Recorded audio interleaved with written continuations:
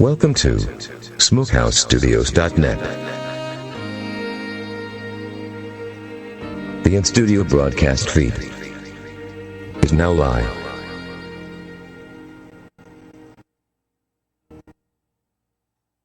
Warning.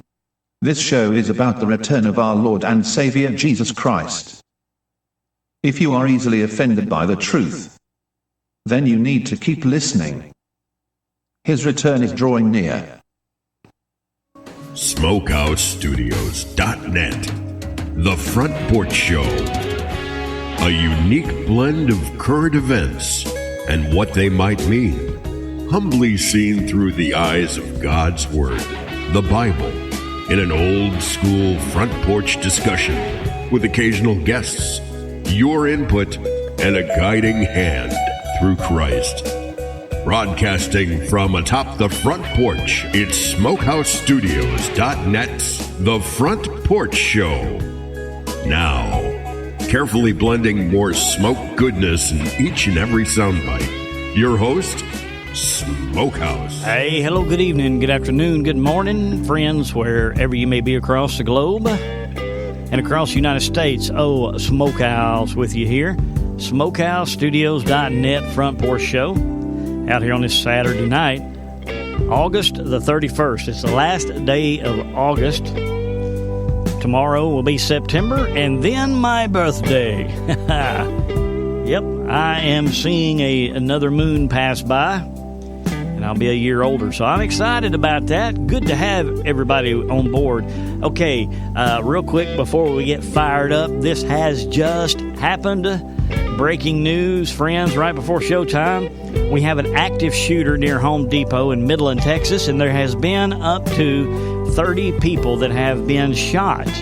That's right, friends. We have an active shooter near Home Depot in Midland, Texas, with up to 30 people shot. This just happened just mere 30 minutes ago to an hour ago, right before showtime. In Midland, Texas, there are reports of an active shooter at Home Depot and Odessa. City officials say that up to 30 people have been injured, including a Texas DPS trooper. Now, the University of Texas of the Permian Basin is locked down. The police believe that there are two shooters in two separate vehicles, and one suspect is believed to be at the Synergy in Midland, and the other is believed to be driving on Loop 250 in Midland. The two vehicles in question, now check this out. One is a gold and white small Toyota pickup truck, and the other is a USPS postal van, friends. They say the van had been hijacked. So for the safety of the public and law enforcement, please stay away from the area and stay in your homes, and police wrote that on Facebook. That they will be updating us with more information as soon as it becomes available. People are chiming in saying our congressmen need to get rid of Trump as long as he is in power to pardon these nuts. The shootings will only get worse. On and on it goes. Hammer Trump, blame Trump, blame Trump, blame Trump. Of course, there was one that jumped in that said he hasn't pardoned anyone. In fact, he has asked for the death penalty, which I agree with, and liberals do oppose. He has asked for the death penalty in all of these situations. He has asked for the death penalty. So why is the left crazy and blaming everything on Trump? Again, if you're just joining us, active shooter just happened near Home Depot in Midland, Texas right now with up to 30 people shot. Now, let's take a look at some things. Why is it always Texas on the chopping block? Why is Texas always on the chopping block? Why was it El Paso? Now we have situations in Houston, and now we've got a situation in Midland and Odessa. Texas is a Republican state that is teetering the fence right now with all the illegal aliens for the Democratic vote to be swung. That's an important state for Trump, for the Democrats, if they can get Texas. All right. So they're trying to bust the wheel of the Texas people. And why did it happen near Home Depot, you ask? Well, because the owner CEO of Home Depot has made a large contribution to the Republican Party and to Trump. And so now we have a mass shooting outside of a Home Depot in Texas.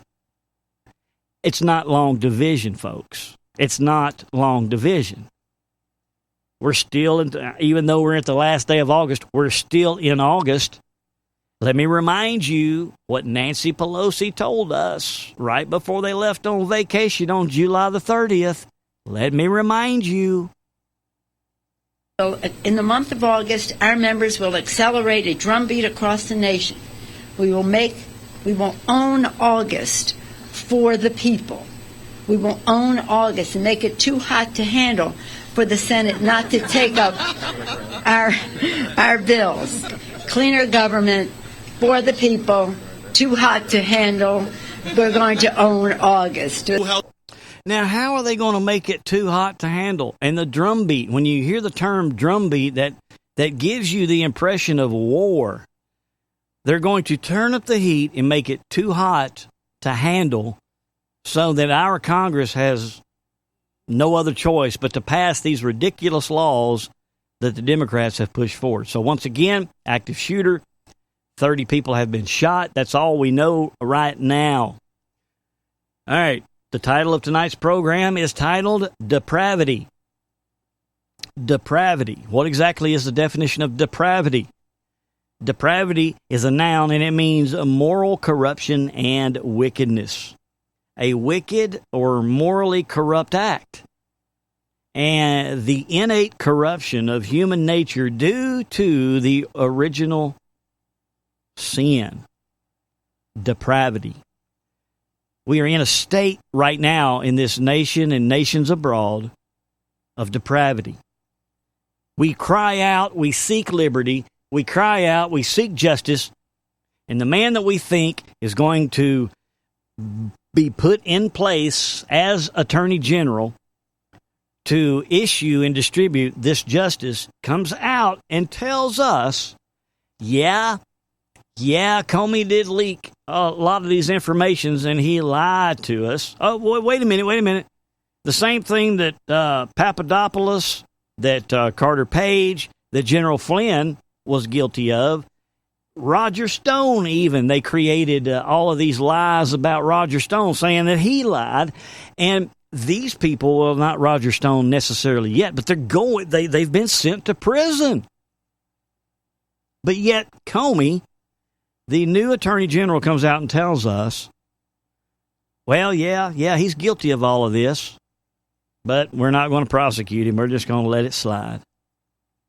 So us in the industry here that's been following this forever, it's quite depressing. This is depravity.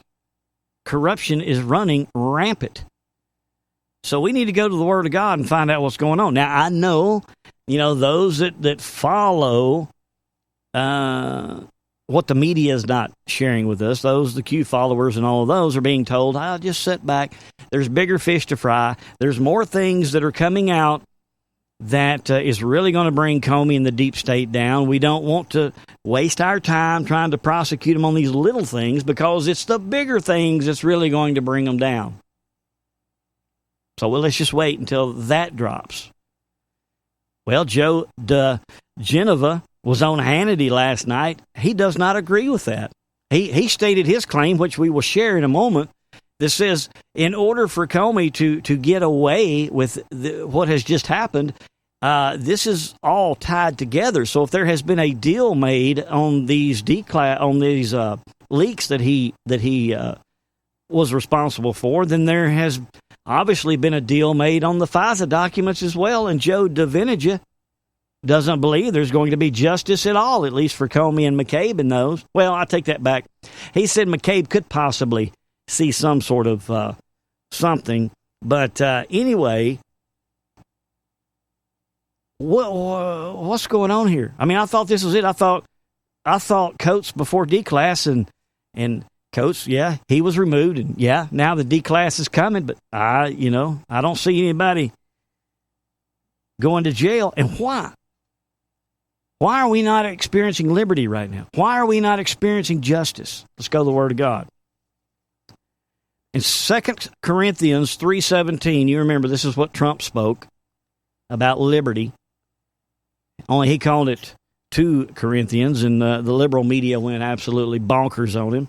But 2 Corinthians 3:17 says that where the Spirit of the Lord is, there is liberty. And Galatians 5:22 through 23 says that the fruit of the Spirit is self-control. Let's go back to this 2 Corinthians 3:17. Where the Spirit of the Lord is, there is liberty. Why are we not experiencing liberty? Why are we not experiencing justice? We're told right here, the Spirit of the Lord is not here. Oh, well, yeah, there's people coming back to the church and people are waking up. Yeah, they're waking up, and we're still slaughtering the unborn in the womb. We're still peddling pornography on the computers, and the sex stores are still open.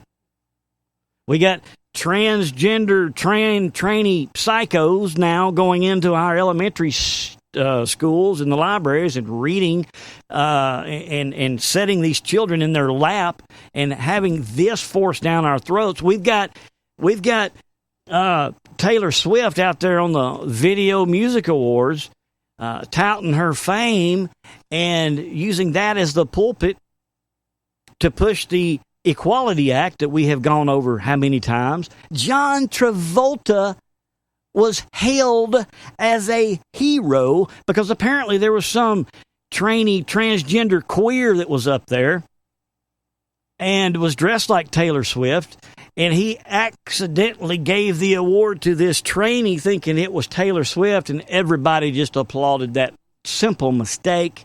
How wonderful it is to be in America. And then you wonder why Comey had nothing happen to him. When God tells us that where the Spirit of the Lord is, there is liberty. And the fruit of the Spirit is self-control. It would be well now for us to recall a word that Moses had said or spoken to his people of Israel. Because in the back of them there was Egypt. And 3 or 4 centuries under despotic control. So here they are, out in the wilderness. Behind them is Egypt, where they had thousands of years of just depravity. And they're heading to the promised land, okay? And they're out in the wilderness. Ahead was this land of promise, but somehow they had not been able to reach it. Just like us today. We're just not able to reach our goal here. The great leader, he gave them some inspiring words. He brought us out from thence that he might bring us in, out from the settled life in Egypt to wander in the wilderness, but all that they might go in to is the better and higher way of living. We say, in layman's terms, that if God brings us to it, he will bring us through it. If God is bringing us through it, he will bring us to it. You know, I've talked about, time and time again, about us following the same pattern as the children of Israel did right now, because there's nothing new under the sun. And the last stage was that God's people were blessed with the riches from the wicked, and then he sent them off to the promised land, but they had to go through the wilderness first. And we are going to have to go through that stage as well. We are going to have to go through our wilderness, and I have no idea if we're there yet, if we're in the middle of it, but we're going to have to go through a wilderness, and it's going to be tough. This is why we need to rely upon the Lord. Because God is bringing us out right now. This is what this is. When we get into this with these week's events, we're going to cover the summary of the G7 summit and what is really going on, as we see these nations now, if we get a bird's eye view of what is going on and we just look at it as a boxing ring, we're seeing nations going to each side of the ring waiting for the bell to toll so they can come out swinging. And I'll get into what that's all about here in a moment. But God has brought us out from our security and our easy prosperity and our assumption that our country is already free and right and good for all and safe from attack, into a desert where all is uncertain, where old things are changing with alarming rapidity, and the new is not taking clear shape. If we're not in the depths of the wilderness yet, I'm going to assume that we are somewhat, we've broken the edge of it, okay? we have to have had. So we're really unsure because the new things are not clearly taking shape with us yet. Now, we have seen one nation after another come under this despotic rule that the children of Israel left from, okay? We're seeing these nations fall under this rule, this despotic rule, depravity. Over again, this we set our ideal of liberty. We seek liberty. We strive for liberty. We demand it right now. But where the Spirit of the Lord is, there is liberty. So if we are not achieving liberty right now, it's not long division. We must get the Spirit of the Lord involved. We must get the Spirit of the Lord alive and well. Now, I know the Spirit of the Lord is here, but He's not in the majority of the churches. He's here. He's amongst the few. Friends, we have got to get the Spirit of the Lord involved here. But we have been quite too ready to identify liberty with irresponsibility. We have been looking at it irresponsibly, this liberty, how it should be achieved, what we think should happen. We're being irresponsible because we need to be looking for the Lord. We need to be repenting. We need to be turning from our wicked ways. We need to get out in the field and get to work. We need to start telling people about Christ. We're going to get in. I'm going to do things different tonight. Usually I open up with a devotion, but tonight I'm going to close with a devotion because it's going to tie this all in better together, okay? But it's going to startle some of us to recall how many times that we have heard this is a free country used to justify what no right-minded citizen should be guilty of. A true republic, a true constitutional republic can be attained it can't be attained neither by control nor the absence of control, because we've got to have self-control. It must be done with self-control. And only those able to control themselves can be trusted safely to live without external control. Close your eyes and just think about this. Think about this. A true constitutional republic can be attained neither by control nor the absence of control, but by self-control. And only those able to control themselves can be trusted safely to live without external control. What does God teach us when we walk with Him? He is in control, and as long as we're under the shadow of the Almighty, as long as we are obeying His commandments, and as long as we are doing what we are told to do, we are in total self-control, because no other outside entity is going to affect us. That, my friends, we conquer and obtain the true Spirit of God. And where the Spirit of the Lord is, there is liberty. Now, when the great ones in our past, the Black Robe Regiment, three preachers mind you, that took up arms to protect their practitioners and stand up to battle a tyrannical government, they had unity. They had self-control. They called upon the Lord. They did not waver. They were not tolerant to evil. They were not tolerant to a tyrannical government. They were not politically correct when it came to certain things. The Bible says that a double-minded man is unstable in all of his ways. You cannot have a little of this and a little of that and call it a whole. You can't just go to church, try to worship God, and then turn around and watch the Video Music Awards and support Taylor Swift and the crap that was going on up there on stage. You can't. That's apples and oranges here, man. Apples and oranges. You cannot call yourself a God-believing Christian and have the Spirit of the Lord in you and be totally fine with the slaughtering of the unborn in the womb. You just can't do it. You cannot serve two masters. A house divided cannot stand. So where the Spirit of the Lord is, there is liberty. And where the Spirit of the Lord is not, is depravity. And so we sit back and we question ourselves, okay, so call me got off on this one just like everybody else. Why? Got to have the Spirit of the Lord.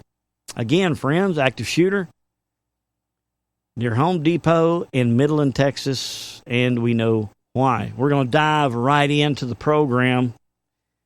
Hot topics to discuss tonight. I'd like to say a friendly hello to some new listeners. Brother Donnie out there in Gainesboro, Tennessee, and Brother Rich out there in Hartwell. Thank you for being a part. And here we go. Important information. I don't really know how to start this one, but we're seeing what's happening right now. If we've been following Israel, Hezbollah, Al-Qaeda, and all of the terrorist groups that are funded and fully controlled by Iran, by Persia, they have been firing missiles left and right into Israel at random. Just volley of missiles left and right. And Israel has been trying to put out fires left and right. They're bombing in Gaza. They're bombing in Damascus to try to defeat the individual military. But there is coming a point when Israel is going to go into Iran. It's biblical. It's been told. Jeremiah says that God is going to break the bow of Elam. We know that Elam back in those days was Persia, where today sits Iran. Now, interestingly enough, if you go to an ancient map of Persia and you type in Elam, then it will show you the ancient Persia, and then in the southwest corner of Persia, highlighted will be the area of Elam. Well, if you look up Iran today, it's the same country as Elam. And then type in, where is Iran's top nuclear facilities built? And in the southwest corner, in the ancient area of Elam, is where the majority of their large nuclear facilities are located. What's Iran's chief weapon? What is Iran's might? Nuclear weapons, right? So Jeremiah says that God is going to break the bow of Elam, the chief of their might. So we know that God, that area in Iran where their nuclear facilities are going to be, God is going to break that. He's going to break the chief of their might. When is that going to happen? I don't know. But Israel now is really picking up speed, man. They're about ready to go in there and tap dance on Iran. It's getting serious. Now, with that being stated, I want to remind you of something. In Revelation 16:12, it says, "And the sixth angel poured out his vial upon the great river Euphrates, and the water thereof was dried up, that the way of the kings of the east might be prepared."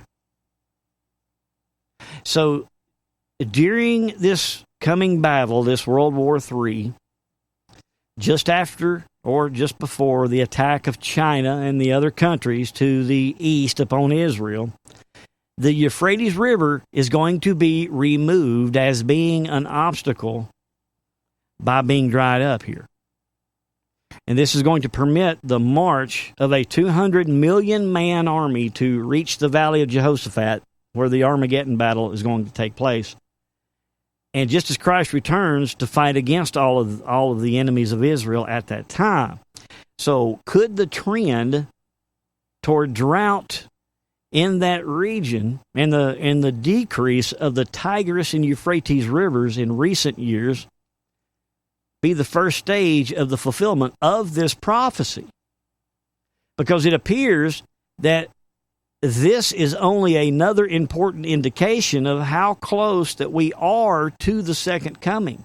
And why do I say that? Because this week, okay, we see what's happening with Iran and China, all of the enemies to the east of Israel right now. North Korea, China, Iran, okay? This week, NASA studies recently have indicated that the Fertile Crescent region in the Middle East is losing fresh water now at a rapid pace. The water flow in the important Euphrates and Tigris rivers have decreased as a result of this trend, and formerly arable land in the area has become cracked and dry. There's places along the Tigris River now that are getting dry and they're starting to crack. The Tigris and the Euphrates, this is from NASA, they're drying up, and these are the very rivers that were once a critical part of the cradle of civilization in ancient Mesopotamia 2,000 years before Christ. So the decrease in water primarily has resulted from a major drought that happened in 2007 and the loss of snowpack in the mountains to the north. Now there's an image that they have placed with this article, and the image map from NASA's Goddard Space Flight Center and the National Center for Atmospheric Research shows that the vast decrease in fresh water in 2008 has sped up and is continuing to speed up today. Now, this loss has occurred over the last decade and amounts to over 144 cubic kilometers of water lost from these ancient river basins, which include vast areas in Turkey, Syria, Iraq, and Iran. And we know that the river Euphrates is mentioned in the Bible in the book of Revelations, in that prophecy that is predicted to occur just before Jesus' return during this great tribulation, when the global destruction of the last days is threatening the very existence of life on earth. Now, we can tell just by Damascus in 2011, when Damascus was a beautiful place to live. It was a paradise. But in 2011, when Obama started the Arab Spring and all the Muslims rose up and they went to war, and Damascus started getting bombarded, we know that Isaiah tells us it's going to be turned into a ruinous heap. And right now, it is a ruinous heap. It's almost not a functioning city now.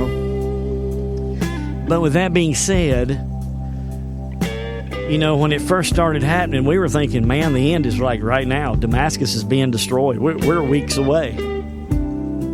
Well, we're 8 years away from it now. We're still here. So obviously the drying up of these rivers is not something that's just going to happen with a flip of a switch. It's going to take time. But now we have dry riverbeds that are cracked that they're walking across right now. And NASA has just told us that right now it's drying up at an alarming rate. And look at what the enemies of Israel are doing to the east. right now. I'm not saying that Christ is coming tomorrow, but what I'm telling you is we've got to get the Spirit of the Lord among us if we expect any hope of liberty. We're in the wilderness, friends. Don't go anywhere. We'll be right back right after this. Smokehouse. To talk to Smokehouse, dial 712-770-3857. That number once again is 712-770-3857. Then dial 252-380, followed by the pound sign. Call in to join the show. SmokehouseStudios.net. God is among us. The door to the ark is slamming shut.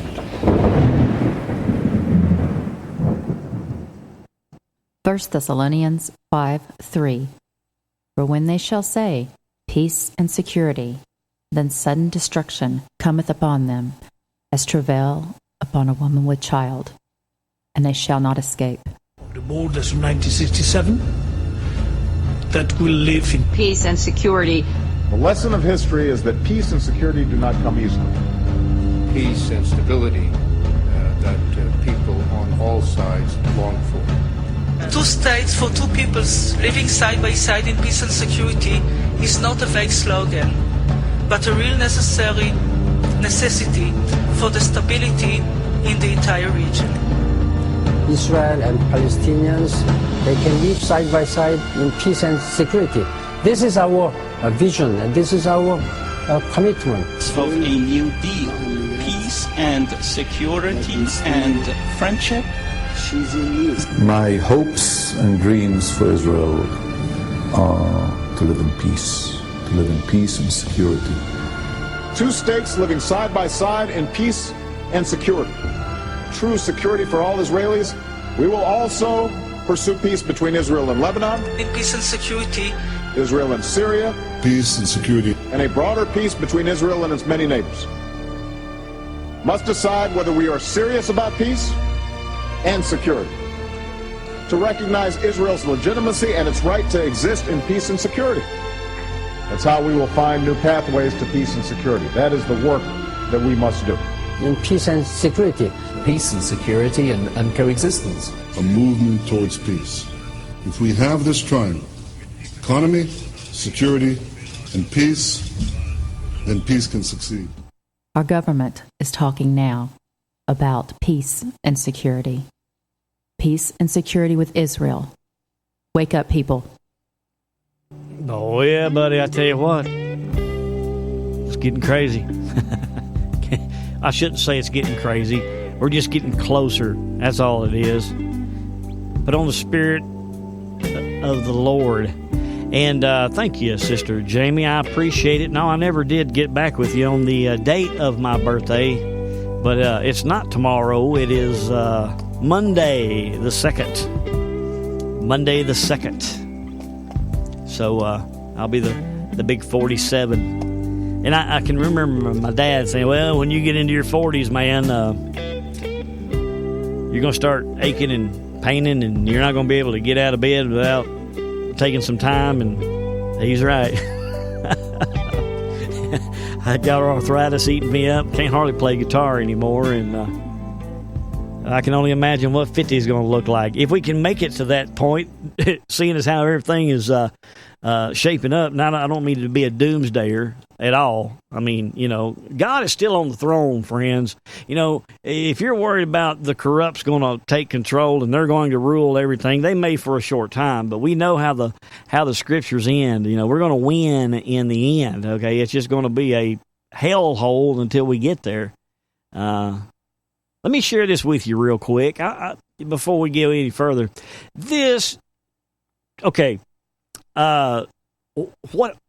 What have they done with smoking? Okay, now smoking's not good for you, and all of that. I don't want to go down that rabbit hole with you. But what I'm saying is, what have they done with cigarettes? They have made smoking socially unacceptable now. You're ostracized. You're outcast. Okay? You are discriminated against if you are a smoker. You're not allowed to smoke in restaurants. You're not allowed to blah, blah, blah, blah, blah. And they're doing it all in the guise of safety and concern, correct? All right. Well, what have they done with smoking? They start chipping away at the rights of the smoker. Now you can't smoke in your car. Now you can't smoke 20 feet from the door of your office. They whittle away your rights. And you just say, okay, and you go right along with it. Now, I know I'm going to get some emails for this one, but I'm just going to tell you like it is. What have they done with drinking and driving? I mean, they take that, well, okay. See, you can't say this without sounding bad, and I'm not trying to sound bad when I say this, okay? Because you shouldn't drink and drive, and there should be laws against that, okay? But what I'm saying is, look at how low that they have set the blood alcohol rate now to where you can suck on a cough drop and get a DUI now. And now they've increased the laws on that to where you don't even have to be drinking. If the police officer, I know down in Georgia it's like that if the police officer just suspects that you have been drinking, well, then you can be arrested and taken to jail. Do you see? My point is, this is how they are implementing all of these laws. It's the frog boiling in the pot. You know, they put the frog in the pot, gradually heat the water up. You don't know that you're boiling to death. And this is what they do with everything that they want to get rid of. Okay? Everything that they want to get rid of, this is how they do it. And now they're going after our guns. They're going after our guns any way that they can. And what do we do about it? It doesn't matter. First, they ban a little bit of this, and they ban a little bit of that. And now these liberal states are passing red flag laws. Red flag laws. We've covered that. If you're just suspected of possibly being a danger to yourself or others, all someone has to do is just call the police and tell them that. Boom, they come to your house, they confiscate your guns, no questions asked, and then you, being totally innocent, not doing anything, you have to go to court, prove yourself to be innocent, and then, if you're lucky, within years later, you may get your weapons back. You may not. Well, Colorado is one of those states. And I want you to hear what they have done now. Colorado has passed the red flag law. But this week, a student is suspended after shooting guns at the range with his mother. A Loveland, Colorado junior was suspended from high school pending a police investigation after he went to a shooting range with his mother. Complete Colorado reports that 16-year-old Nathan Myers was reported anonymously by another student after posting alleged threatening material to Snapchat. The alleged threatening material was a video of guns Nathan and his mother, Justine, posted before heading out to the range, and the caption on the video said, "Finna be lit." Finna be lit. I guess that means fixing to be lit. But Weld County Sheriff Steve Rim spoke to the uproar over Nathan's video, saying people base their apprehension on their own paradigm and their own fear of guns and gun culture. One kid is totally excited to go out and train on how to use a gun responsibly, while another kid is totally freaked out about even seeing the gun. Bearing Arms reports that Loveland High School, the school suspending Nathan, is operating in line with a program called Safe to Tell. And the program is designed to allow students an avenue to report possible threats. Friends, in these liberal states, now that the red flag law has been passed, friends, now if you go to a gun range and just post pictures on Instagram, well, you get suspended from school now. Are you seeing where this is headed? Are you seeing where this is headed? Okay, well, yeah, cue Trump. All of them. Oh, yeah, man. You wait till these documents drop and these people start going to jail. We start arresting these corrupt idiots.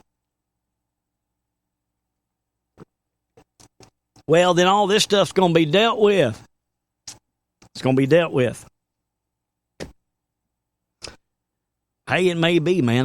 But I'm going to tell you this right here. As I sit right here, I mean, I'm all for this. I'm all for the rounding up of the corrupt and blah, blah, blah.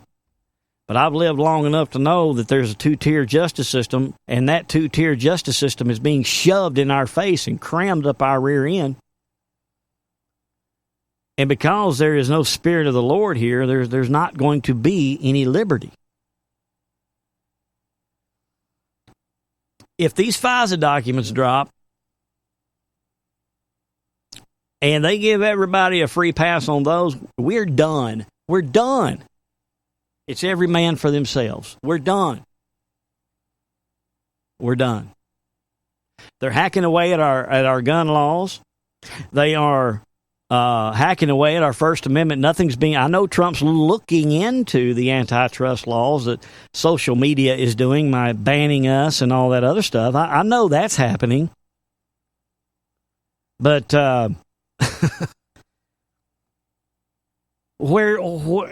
how long does that take? When a sitting senator, Mitch McConnell, merely tweets, "Hey, man, I got these Antifa goons at my house threatening to kill me," and he posted a video of it. They ban him. They ban Mitch McConnell, saying that's hate. But the very same people put up the same videos who are outside the Antifa people, and their videos stay up. I don't know what to tell you, friends, other than the word of the Lord. And we're in the wilderness, and we have some hard days coming. Now, to further this, what usually happens? All right, here's how it happens. And I'm getting into the immigration deal. I'm saving the G7 till top of the hour here. But what have they done? Sister Jamie over in England, she can vouch for this. They open their borders to immigration. France has done it. England has done it. Italy's put a stop to it because they have a Trump-like president over there. But my point is, they bring in all of these refugees, and they cause the people to pay for these refugees, which brings down the momentum in that society, all right?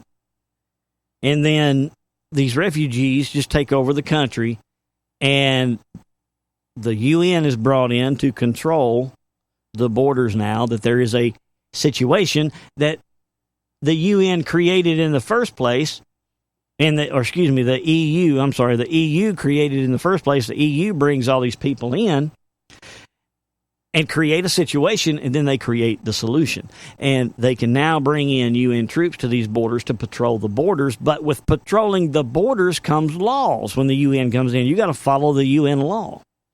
So this is not only a way to bring down a society and bring down their country, but this is also a way to bring in the UN and establish their order, and then you have to follow the laws of the UN. This is what's been happening. This is what's been happening in every nation that these refugees have been going to. And now we have a refugee issue at our border, and we have a president now who we have elected to build a wall, stop this from happening. But yet we have Muslims and American haters in our Congress right now fighting against the will of the American people. Has that sunk in yet? They're fighting against the will of the American people. And Ilhan Omar, whatever her name is, who is now, I'm not even going to dive into all the allegations and crimes that she's committed with all of this fraud of marriage and cheating on her husband and paying him off with campaign finance money, allegedly. But she spoke this week on this very issue. They're trying to stop the wall. The Democrats, they want an open border so they continue to bring their drugs and their sex trafficking and everything across that border. They've got to have that border open, and Trump is trying to put the brakes on it. They can't stop the wall. So the Democrats now have changed their strategy. Now they're, they were at first admitting that they were first saying there was not a crisis at the border, that the crisis was manufactured by Trump. Well, now they're agreeing that there is a crisis at the border. And you want to know how they want to fix it? They want to bring the UN in to fix it. And Ilhan Omar had a speech this week. Check out what she had to say. Listen, folks, we're really losing our moral high ground. I say this in committee hearings, I say this at every single speech. It doesn't make any sense for us to be committing these kind of human rights violations, to have these policies in the way that we interact with migrants and asylum seekers, if we want to continue to be the kind of country that condemns countries in Africa or Asia or Latin American countries for its treatment of refugees and asylum seekers. So we should do what any other country does by dealing with this situation in a serious way. So we have to bring in the United Nations High Commissioner on Refugees, an agency that has the expertise and the training to handle massive flows of refugees humanely. So, a sitting member of Congress, okay?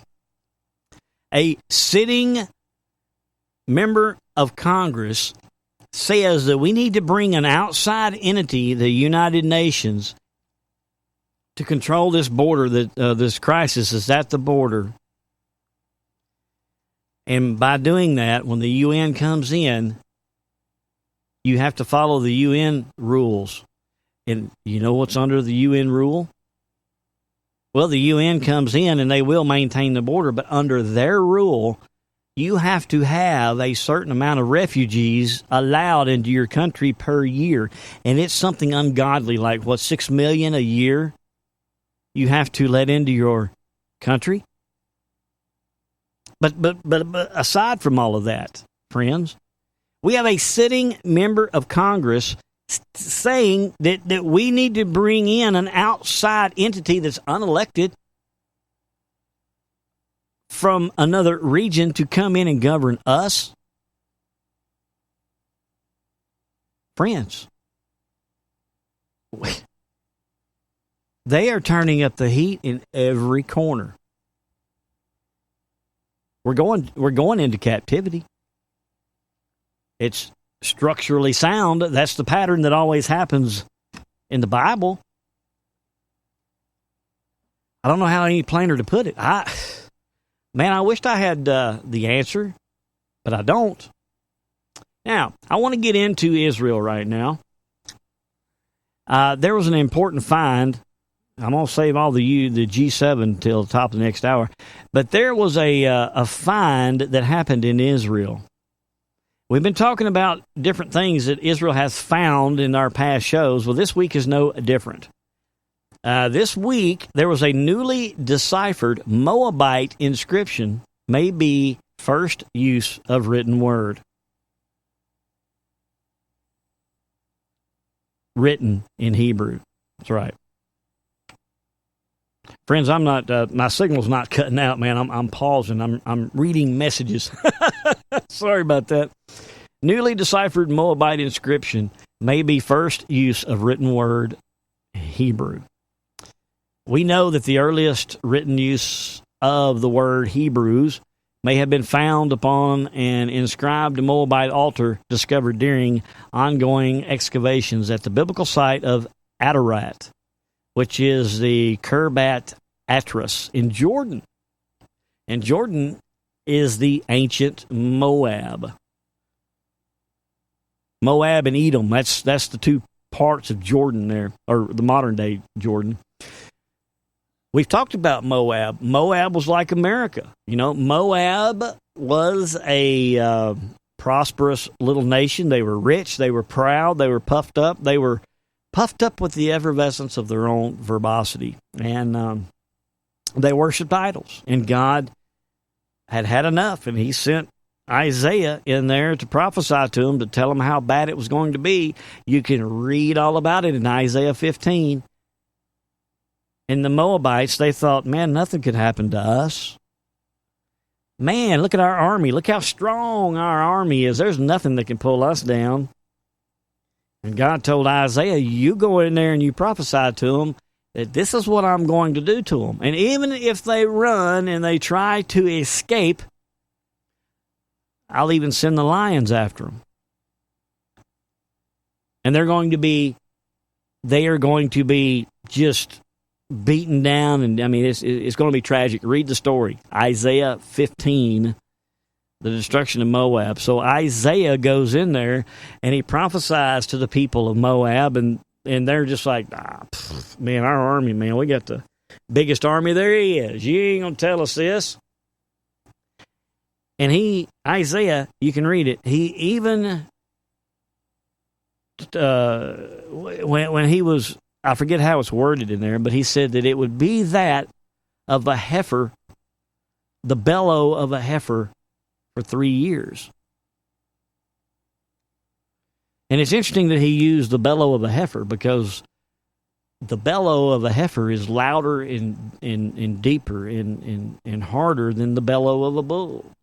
So this agony that they're going to experience is going to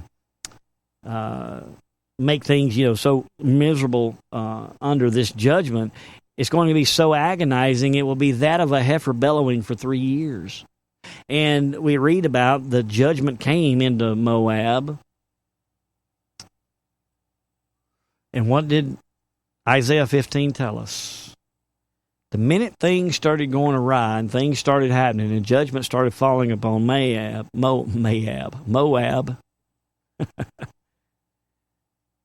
Did they seek the Lord? Did they seek the counsel of God? No, they went running to their idols and they went running to their spiritual leaders. When God was distributing judgment, keep in mind now, it's not like the prophet came into Moab and said, hey, judgment's coming, and then an hour later, judgment was there. No, see, Isaiah had been there for a while. Don't know really how long, but he was there for a while, telling everyone that he could tell. Anyone who would listen, you better straighten up, you better repent. You're going to be destroyed. And they didn't listen. And when destruction came, still didn't seek the Lord. They went running to their idols. I say that for a reason. When judgment begins to fall upon America, okay, all right, we got a hurricane coming to our shores right now. I'm going to touch on here in a minute. We've got a hurricane coming to our shores. They're talking about it being a Category 4, devastating hurricane. It's going to rip 220 million people's lives to shreds. And what are we seeing on Facebook right now? Well, I don't follow sports, but apparently it's the beginning of college season or football season. Because the only thing people care about is their college football games. They don't care. They don't care about the destruction coming upon this nation. They're running to their idols. They're running to their idols. How many floods we had? Earthquakes, tornadoes that's ripped village after village after village apart. And what do? We go running to our idols. So we are no different than Moab. So why at this point in our depravity is God allowing us to find this deciphered Moabite inscription found in Israel. Why is he bringing Moab to the forefront here? I think he's wanting us to go back and take a look at Moab. But this find is a pretty impressive find. They've got pictures of it. It is pretty neat. But who else lived there at Ararat? They called them sea peoples, the Philistines or the Israelites. The new inscriptions, as well as other archaeological artifacts, could corroborate the biblical and Mesha stele narratives about previous inhabitants of Ararat prior to Mesha's conquest and annihilation of its residents. Mesha here is speaking about the king. And according to Ralston, the Mesha stele also mentions that the Gadites had lived in the land of Ararat forever, and that the king of Israel had built Ararat for himself. And he notes that the tribe of Gad was an Israelite tribe which had received a tribal allotment in this region as per the narratives of Joshua 4:12. Then Mesha notes that he retook the city, killed the Gadite population, and made it a Moabite city. Interesting. Kind of how America was formed, right? The slaughtering of the American Indian. And then we made America, just like the overtaking of this region and turning it into Moab. Interesting, man. You know, for those who have eyes to see, God is showing us these finds for a purpose. For a purpose. I mean, these are 3,000-year-old pieces of stone here that is being found, and it's just amazing how God is working in these last days. He's working in these last days. And then to add insult to injury this week, we know that false gods, false prophets, and all that are going to rise up in the last days, and we have seen the evil demonic entities, if you would, that's coming from the Catholic Church. Now, I'm not hammering on Catholics. Please don't get me wrong, okay? But what I'm saying is there's a lot of evil coming out of the Vatican. And this week, the Vatican has declared that the Catholic Church is above the Bible. Yeah, above the Bible. That's right. The Pope has the power to change times, to abrogate laws, and to dispense with all things, even the precepts of Christ.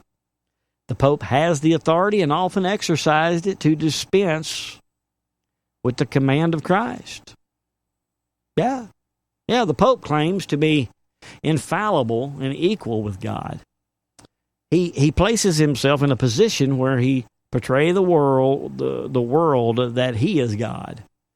The Catholic Church believes that the Bible is fallible and only the people has authority to interpret it, and his power is also above the Bible. The prophets tell us in the Word, if anyone comes to you preaching any other gospel than what is written in this book, do not listen to him. Which leads me, and I drifted on that when I was wanting to stick on Israel. Okay, we have been trying to follow this peace treaty. They're keeping it hush-hush. We can get a little bit of nuggets of it here and there. But Jared Kushner and Greenblatt are both working on this peace treaty, and the last that we reported a few weeks ago was that they were trying to broker this deal of the century with Israel and the Palestinians, okay, as a one-state solution. You know, not divide Israel at all and come up with some other way to distribute land. We know what this fight is. We know it. We can go back and we can read it when Isaac and Rebekah, when Rebekah was pregnant, She had twins in her womb, Jacob and Esau, and she had a very painful pregnancy. And she was crying out to God, why is this so intense and terrible? And God told Rebekah, you have got the struggle of two nations in your womb. In your womb. The struggle of the Palestinian, Israeli, the Jew and the Arab was in the womb. Was in the womb.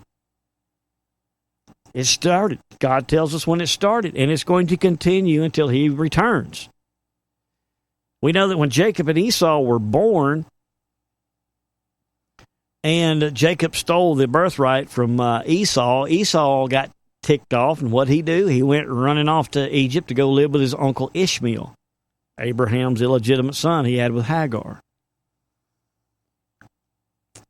So Esau went to go live with Uncle Ishmael in Egypt, while Jacob stayed there with his dad Isaac, and that hence started. Well, actually, it started when Abraham and Sarah had Isaac, and then Abraham had that illegitimate child Ishmael. Hagar took Ishmael back to Egypt, and then Abraham stayed there with Isaac. You know, that was actually the beginning of the two nations right there. Okay. But it wasn't until Rebekah was pregnant with Jacob and Esau that the struggle of two nations came into view, or in the Word of God came into play. So ever since Jacob and Esau went running off to his uncle Ishmael over in Egypt. Jacob stayed with Isaac there in Canaan and Israel. And so there you go. You've got the Ishmael Esau Palestinians versus the Isaac Jacob Jews. And there has been a struggle of two nations ever since the beginning of Abraham and Sarah. And God has chosen the Jewish people and the land of Israel to be, it's his land. He tells us it's the apple of his eye. His name is written upon the land. And no man is going to divide it. Well, man from eons after eons, that's why Omar and all these Muslims in Congress now are trying to say that it's occupied by Israel, that the land was actually the Palestinians. Israel stole it. And this is what this is all about, this peace treaty, okay? This peace treaty they're working on is a way to appease the Palestinians and the Jewish people to settle this dispute over the two areas. There is no way to dispute it. God has said that the only way it's going to be disputed is when I come back. The only way it's going to be fixed is when I come back. Okay? Boom. End of discussion. But man has stepped in now and thinks they're going to be able to fix it by dividing God's land here. And giving half of it to the Jews, half of it to the Palestinians, land for peace. Ha, ha, ha. Bam, bam, bam. We're good to go. We're good to go. And that's not how it's going to happen. And God warned us not to divide Israel's land. And Obadiah tells us that what we do to Israel will be done to us. So if we divide Israel's land, God's going to divide our land. It's coming, friends. Get ready for it. I don't know how God plans to divide our land. I don't know if it's socially or literally by splitting our continent. I don't know. But it's going to happen if we divide Israel's land. Okay, the whole point of telling you that is when Israel became a nation in 1948, from that moment, nation after nation, the minute Israel stepped into that land in 48, they had to go right to war because the Palestinian Arabs right there is like, no, man, that's our land. Israel said, no, it was promised to us by God. The prophecy of the dried bones, Ezekiel 37, it's beginning to fulfill. God is restoring us back to the land of Israel. No, and then it's 1968. In 1968, Palestinians and Arabs are going to rise up and defeat Israel and take the land away from them, and they had to fight the 6-Day War. 70s, 73 was it? So ever since 1948, there has been a struggle of two nations. And this peace treaty, they want to divide Israel's land, give half to the Palestinians, half to the Jews. All right. Trump has been trying to broker this deal by only having a one-state solution. Israel keeps Israel, and they'll distribute the Palestinians somewhere else. But apparently this has not been efficient. It's not working, and they're not getting any agreement. And so Jared Kushner and Greenblatt came out just a mere month ago and said, we're going to have to scrap the one-state solution, and we're going to have to start looking into the two-state solution. Yeah, that's right. The two-state solution. So we know it's going to happen. We know Israel's land is going to happen. That's what this whole end time last days is about, the battle of Armageddon. We know it's going to happen. And so all eyes are on this peace treaty. Is this going to be the one that's going to usher in the tribulation? Is this going to be the 7-year peace treaty? We don't know. I mean, I know they've passed treaty after treaty after treaty. This treaty may be another treaty like that. It may not be the 7-year treaty. But if it is, I'm telling you, as I sit here, if we touch the apple of God's eye, we're done. Now, with that being said, in 91, President Bush Sr. was giving a speech about Israel, about dividing the land of Israel. You know, the speech where he said, we're going to have a one world order and we will succeed. Well, he also mentioned in that speech about dividing Israel and giving half of it to the Palestinians. Directly after that speech, there was a hurricane that was up in the north, up around Canada, up around Nova Scotia, that formed. And hurricanes roll out.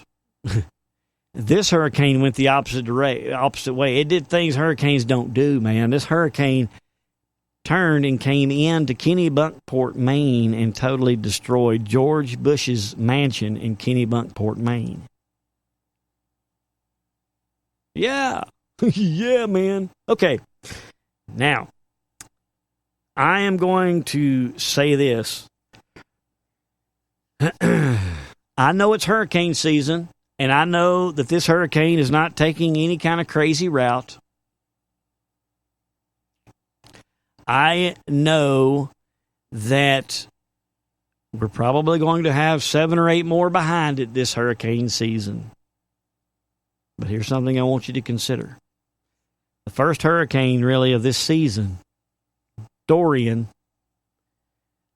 And Dorian comes from the Greek word doros, which means gift. A gift. Dorian right now is tracking due west. Now, I'm getting reports here. Thank you, Brother Pat. At 8 p.m. Eastern update, it's still tracking progressively to the east. Of course, prayed, and God may have shown mercy upon us. That's right.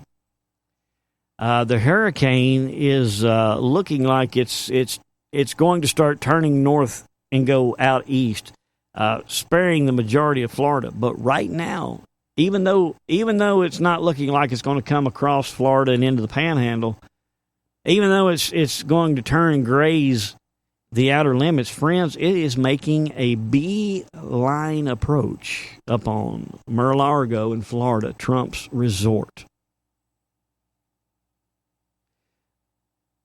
And they're saying it could come ashore as a 4. Is that right? A 4? So when it hits Mar-a-Lago, which whether it goes straight or whether it turns makes no difference, it's still tracking right over the top of Mar-a-Lago.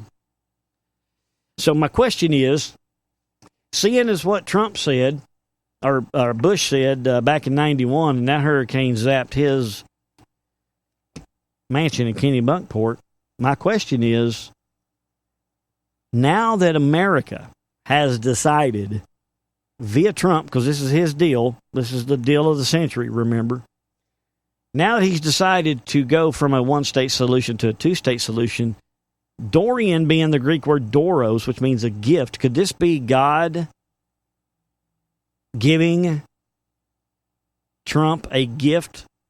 And I'm being, being facetious here. Is this God's way of, I guess what I'm saying is we have to watch what this hurricane does. And if there is major damage to Mar-a-Lago, then I think we could expect that this peace treaty may be some bad stuff in it for Israel. That's just all I'm saying. So prayers for everyone. Thank you, Pat, for that information. I greatly appreciate it. Let's ease over and take us a quick break. Throat's getting dry. And then we'll come back with the G7 summit, because there are things that are happening with these other nations around here that are very important. The media, not only are they not touching, man, is they're telling you the opposite. They're telling you the opposite. And I'm going to talk a little bit about strategies that Trump has played. Interesting insight, man. I mean, again, the boxing ring, you got each nation going to their corners and getting prepared for that bell to ring so they can come out swinging. Yeah, man. All right, cool. Thanks for tuning in, everybody. I'm going to share this because this is important. Since the title of the show is Depravity, and corruption and wickedness and evil is prevailing, I'm going to share this. This was in 1965 this aired. 1965 this aired. I'll be right back. Smokehouse. To talk to Smokehouse, dial 712-770-3857. That number once again is 712-770-3857. Then dial 252-380, followed by the pound sign. Call in to join the show. SmokehouseStudios.net. God is among us. The door to the ark is slamming shut. If I were the devil, if I were the devil, if I were the prince of darkness, I'd want to engulf the whole world in darkness, and I'd have a third of its real estate and 4/5 of its population, but I wouldn't be happy until I had seized the ripest apple on the tree. Thee. So I'd set about, however necessary, to take over the United States. I'd subvert the churches first. I'd begin with a campaign of whispers. With the wisdom of a serpent, I would whisper to you as I whispered to Eve, do as you please. To the young, I would whisper that the Bible is a myth. I would convince them that man created God instead of the other way around. I would confide that what's bad is good and what's good is square. And the old I would teach to pray after me, Our Father, which art in Washington. And then I'd get organized. I'd educate authors in how to make lurid literature exciting so that anything else would appear dull and uninteresting. I'd threaten TV with dirtier movies and vice versa. I'd peddle narcotics to whom I could. I'd sell alcohol to ladies and gentlemen of distinction. I'd tranquilize the rest with pills. If I were the devil, I'd soon have families at war with themselves, churches at war with themselves, and nations at war with themselves, until each in its turn was consumed. And with promises of higher ratings, I'd have mesmerizing media fanning the flames. If I were the devil, I would encourage schools to refine young intellects, but neglect to discipline emotions. Just let those run wild. Until before you knew it, you'd have to have drug-sniffing dogs and metal detectors at every schoolhouse door. Within a decade, I'd have prisons overflowing. I'd have judges promoting pornography. Soon I could evict God from the courthouse, then from the schoolhouse, and then from the houses of Congress. And in his own churches, I would substitute psychology for religion and deify science. I would lure priests and pastors into misusing boys and girls and church money. If I were the devil, I'd make the symbol of Easter an egg and the symbol of Christmas a bottle. If I were the devil, I'd take from those who have and give to those who wanted until I had killed the incentive of the ambitious. And what'll you bet? I couldn't get whole states to promote gambling as the way to get rich. I would caution against extremes in hard work, in patriotism, in moral conduct. I would convince the young that marriage is old-fashioned, that swinging is more fun, that what you see on TV is the way to be. And thus I could undress you in public, and I could lure you into bed with diseases for which there is no cure.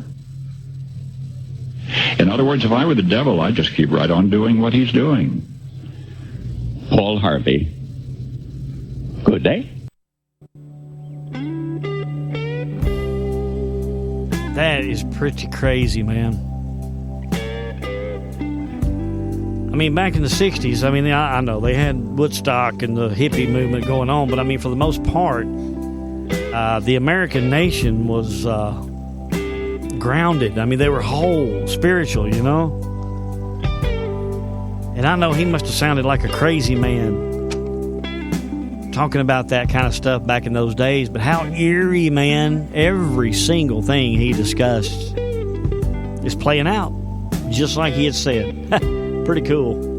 Pretty cool. Was God speaking to us then and we weren't paying attention? I don't know, man. Okay. Now, Trump has run off to the... Okay, they have started with Russia. That didn't work. Then they're doing racist, and that didn't work. Now they're doing recession, and that's not working. And so Trump now is going to the G7, and all week long, they were hammering Trump on lying and making stuff up about what he said about talking to Xi on the phone from China, when actually Trump didn't talk to him on the phone at all, or at least the Chinese representative said that Trump never spoke to him on the phone. Okay. And then the media just took off with that and just ran like a big dog. And I mean, you know, they're same tactics. We understand it. Okay. Lawrence O'Donnell this week came out with an apology for reporting a story that was 100% false and fake, and they got caught. They got busted. And then Trump's lawyers basically did a cease and desist. You pull the article. It's an outright lie. So let's hear Lawrence O'Donnell's apology, because guess what?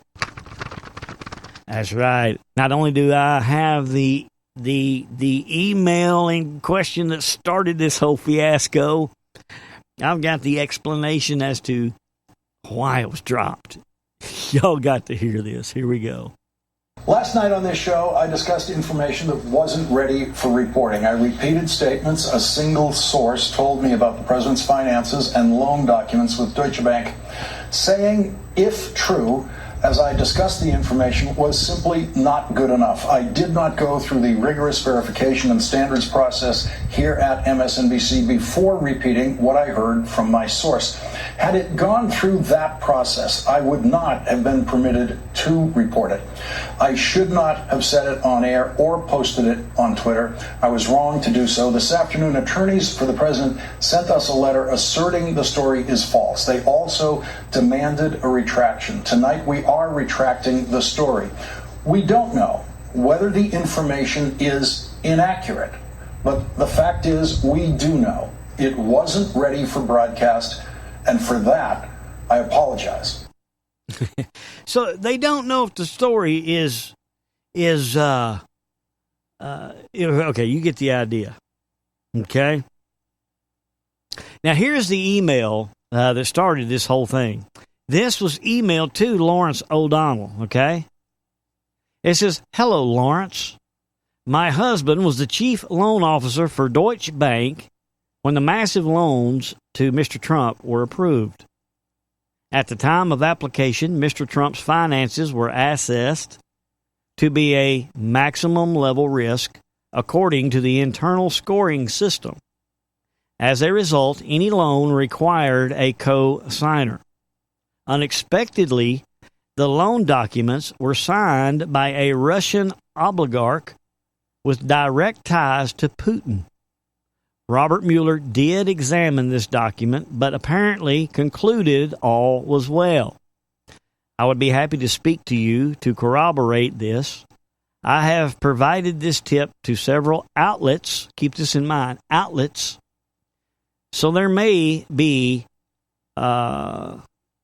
completion in reporting this, and would encourage you to disclose soon rather than later. Thank you, Heather. So this was the email that was emailed to Lawrence O'Donnell from whoever this Heather is. They didn't look into it. They didn't research it. Boom. They ran with it. Off to the races they go. Okay? Now, with that being stated, there was a post that was made to the 4chan board. Now, we know that 8chan's been pulled down because that's where Q-Post is 8chan, so the corrupt, duplicable government has pulled down 8chan and from the web, censored 8chan. Now we can't get any Q-Post, but 4chan is still up, okay? And I guess I don't know much about 8chan, 4chan. I think 4chan's the cousin. But this email was posted to the 4chan board, I'm assuming by Heather. The name is not up there. However, the email is. And it says, "Here to claim my prize. It is easy to send an anonymous tip to a Trump-hating news organization and watch them report it with no fact-checking. I sent the attached email to Lawrence O'Donnell yesterday, and he reported it. I didn't think it would work, but the bait was too juicy. Now he is disgraced and discredited. All NBC email addresses are first.last, NBCUNI.com, and they are begging for tips. So I just sent one to see if they would report it. Hi, Ben Collins. Hi, Hillary." So this apparently this lady just up and sent this email, and when she said that all NBC email addresses are first.last at NBCUNI.com, what that means is it's their email address is first name dot last name, and then at the web server. So just fooling around, she sent this to NBC, and they didn't even look any further than that email and came on and reported it while Trump was over dealing with the G7, and then they had to come out and recant it, okay? So, yes, fake news. They're begging for tips. They're trying everything that they can do to remove Trump. So, they shared this information without researching it. They criticized every move that he made while he was over there. And when they had their little Paris climate meeting, Trump didn't show up. There was an empty chair. So they had to make mountains out of molehills about that chair being empty, and the leaders couldn't do anything, and America's not going to be following you know how the media does, man. Okay, nothing new under the sun. But anyway, Lawrence O'Donnell got caught with his hand in the cookie jar, and he had to apologize for it. So we're seeing, all right, let's take a look at it spiritually first, the truth of what it really is. We're seeing the people in Hong Kong rise up. Now, Hong Kong and Taiwan are their own little entities, okay? Yeah, China kind of controls them and rules them, but they got their own little democracy here, right? And they want to hang on to that. And I believe, if I remember right, Hong Kong in the treaty that was signed, they're able to maintain their own heritage, their own way of life up until 2047, and then after that, then China can come in and do whatever. Okay, so for right now, they're predominantly a free area. Well, they're rising up to maintain this free area because China is expanding its wings, okay? They're trying to take Taiwan, they're trying to take Hong Kong, and the people of Hong Kong are standing up and resisting it. Now, they have no firearms, so could this be another Tiananmen Square? I don't know, okay? But they rise up, so Trump is in deals with China right now. And basically, okay, I'm going to explain all this in layman's terms. What Trump is doing is Trump is letting them starve. You know, the Chinese government, he's letting them starve. I give you a good example. He's playing hardball with them by putting tariffs on Chinese products, okay? And so China comes out in retaliation one morning and says, we're just not going to buy your corn anymore, man. All right. Headlines splattered everywhere. The fake news media, they ran with that. Oh, look what Trump is doing. He's going to cripple the farmers. China's not going to buy our corn. It's over. It's over with. Our economy is going to crash. The Dow's dropping because of this. We're in an economic war here, trade war. And it wasn't just soon after that. Big headlines broke out. Japan agrees to buy all America's corn. So, I mean, everything that they try to pull Trump down with, man, he comes out smelling like a rose, okay? Well, okay, fine. China, you don't want to buy our corn. We'll sell it to Japan. All right? So, anyway, China is just, it's getting volatile over there because China's getting desperate. And Trump's telling China, now, if you invade Hong Kong with violence, then there will be no deal. No deal. So China don't want to lose because they're hurting now, you know, for finances. They don't want to lose that economic area of Hong Kong. They want to hold on to it and maintain it. And they're at dire straits now. Trump has kind of put them in this position. So the people are rising up. China don't like it. And so China is just merely doing what China does. They're communists. They're socialists. They go in there and they kill everybody in the way and take it over. But the media is praising China as this great place in the world, and we need to model all of our nations after the Chi-Com Chinese way of censorship, social scores. All right? All these nations need to adapt China's way. Why? Because that's the one world agenda. That's what's going to happen. You're going to be watched everywhere you go. You're going to have a social score. You're going to have a mark. And that mark is going to be how you buy, sell, and trade.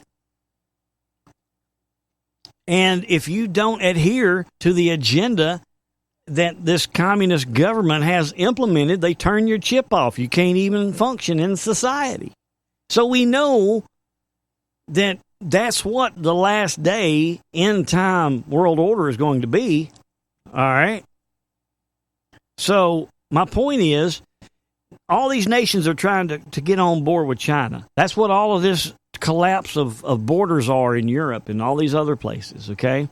Bring the immigrants in, bring the immigrants into the United States, collapse the society, drain them of everything that they've got in resources, money, and everything else, and then the government can then come in, take control, and then they can control the people. That's what they've been trying to do in all these European nations and in America right now, to adopt the Chinese method of how to rule a society.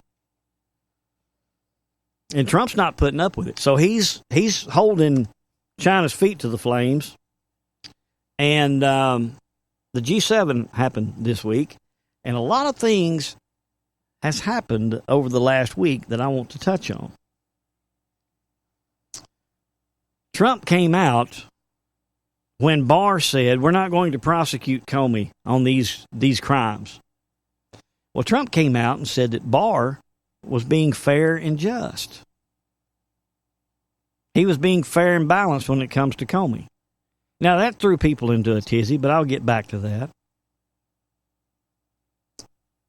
But we're being told now, let's wait and see what happens when the FISA documents drop. Well, okay, we're going to have to wait and see what happens when the FISA documents drop, because apparently in these FISA documents, there is, more important things that we can hold McCabe and the FBI and all these people's feet to the flame that will stick. They're trying to say that what Comey did by dropping this intel really ain't going to stick. He could slip through the cracks if we try to prosecute him. But with these FISA documents, we can hold his feet to the flame. It'll stick, and then we can start the roundup. But interestingly enough, Joe DeGeneva on Hannity last night did not agree with that analogy. Check this out. First, your reaction to the report today. Then, of course, if it's in fact true that those warrants were illegally obtained, that's bucket 2. And then bucket 3 is there's no counterintelligence investigation, Joe DeGeneva, without a president of the United States approval. So walk us through those 3 areas. Well, today we learned what we already knew, that Comey's a liar, and he violated the law. And there's no question about it. We know that the FISA warrants, all 4 of them, were illegally obtained. We'll say this: if in fact the FISA report is issued in its full form, then there will be no prosecutions, because the Comey report was held up, this one that came out today, until they decided whether or not to prosecute Comey. They're going to do the same thing on the FISA report. But when all is said and done, when you get to the end of the road, the issue is Susan Rice's January 20th, 2017 email, for the record, where she outlines in great detail how President Obama knew about, authorized, and instructed people to, quote, operate by the book in a counterintelligence operation against candidate Trump, President-elect Trump, and President Trump. I want to know, when is Barack Obama going to be interviewed by John Durham and the FBI? Do you believe that will happen? I believe it will. I believe it must. Victoria? In fact, there is no way you can finish this investigation without interviewing the former president of the United States, because his national security advisor said, bingo, he was at the head of it. It has to be under oath, sir? Sure. It's a 1001, though, Sean. So it doesn't matter if the government interviews you. It's the same kind of situation. Okay, so DeGeneva seems to think that this deal that was made on the document leaks, same type of deal is being made about the FISA documents. Comey's going to walk. All right. However, he did say, though, that this is going to open the door to lead to the higher people like Susan Rice, Obama, Loretta Lynch, and all of them. So, maybe there is a method to their madness right now. This is why we have to stop and wait and see what happens. But I'm telling you, man, if they keep letting these people walk, there's two-tier justice system. We're being played. But anyway, let me move on. So here's what we saw as this was taking place this week. In our faces, here's what was going on behind the scenes at the G7 summit. China has started invading Hong Kong now. Trump has caused China to show their true hand. I don't know if anybody's being killed yet. There are reports they're shooting rubber bullets or metal bullets with rubber coating to make it appear to be rubber bullets, and people are being shot and killed. That I cannot verify, but Trump has caused China now to show their true nature, their true colors, how they truly operate. They're communists. They go in there and they kill people. Look at Mao and all of them back in the day, killing hundreds of millions of people. Okay, so China is just doing what China does. Trump has exposed that. He has also exposed the lies of the mainstream media. He's been exposing that. But then we hear that the Queen Elizabeth has suspended Parliament. Now, if I remember correctly, it's going to be suspended from September to October. But Boris, the new prime minister guy, has come out and said he's going to push forward with this Brexit, with this pulling out of the UN, of the EU. I'm sorry. He's going to pull out of the EU, pull England and Great Britain out of the EU. Well, this has caused the EU to flip their gourd, because Great Britain is one of the major supporters of this EU, this unelected group of globalists that are hooked in with China, the globalist system. So the Queen suspends Parliament now, and jumps on board with Boris, and she is siding with the will of the people. Great Britain is going to leave the EU. They are going to Brexit. And Trump had said, a week or two back, that if Great Britain wanted to do any kind of deal with Trump, they're going to have to Brexit in order for him to deal with them. He told China, if you invade Hong Kong, no deal. So Trump is a man of his word, at least, when it comes to this. Well, the Queen suspending Parliament upset the EU so bad that one of the heads of the EU has called for the Queen's head to be beheaded. And then Trump, I don't understand this economical issue right now, okay? I've been trying to study it. I've never followed the Fed and the dollar and how that all works, okay? So I'm not even going down that way because I don't even know what I'm talking about when it comes to that. But what I am going to say is, and you can look this up for yourself, Trump is trying to take the power of our money away from the Federal Reserve and put it on something like a gold standard. Now, there's been reports that the gold standard is established now, and we are in the transition now to move from the Fed to the gold standard. But what Trump is doing now is he is allowing the Fed to expose themselves now. He's going to let the dollar crash. The Fed's now, okay, hey, we how many times have we seen it, okay?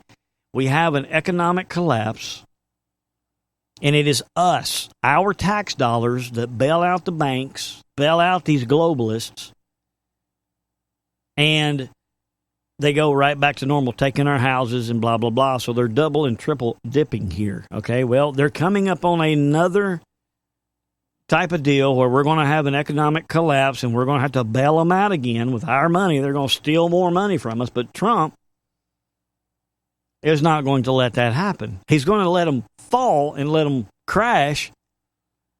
But apparently, and again, I don't know much about the Fed and the dollar and all that, but apparently there's another economic platform we're being moved to that's going to keep us going during this process, to the best I can understand it. Okay?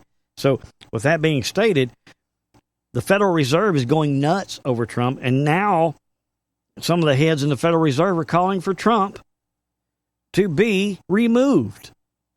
Not just, they're focusing in on the 2020 election. They don't want him to be reelected, but they're talking about him being removed. Okay? So he's got the Feds up in arms. The Federal Reserve. All right, let's recap.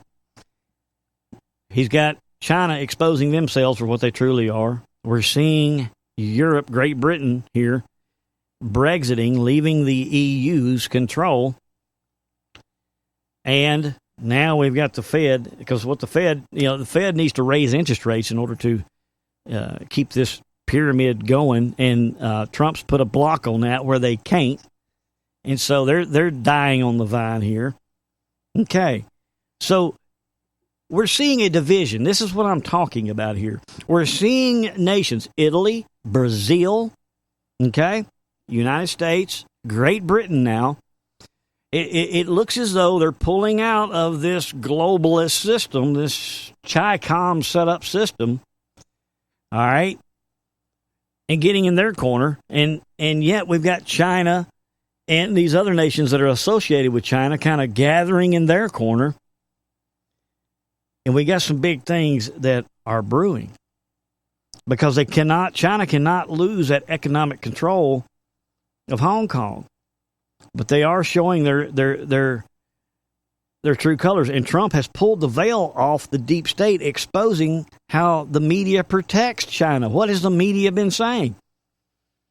How great China is. We got to follow their way.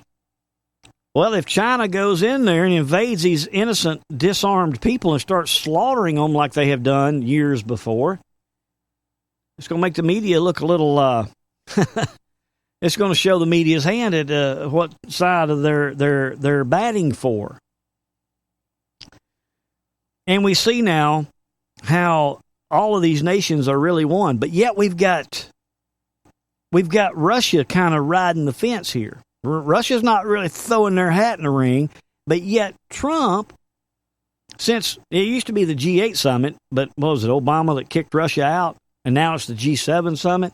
Well, now Trump is calling for Russia to come back into the G7 and make it a G8 again. Well, of course, the media is going nuts about that. But China's teetering. Russia's teetering here. And Trump wants Russia to come back in. Well, okay. The media is, like I said, going nuts over that. So what side is Russia going to take on this? That's, but we're seeing the harvest, the separating the tare from the wheat. I talked about earlier how we saw it in the beginning years ago on an individual basis with just you as the individual. And then we started seeing it just on a national level, which, you got the left and the right paradigm.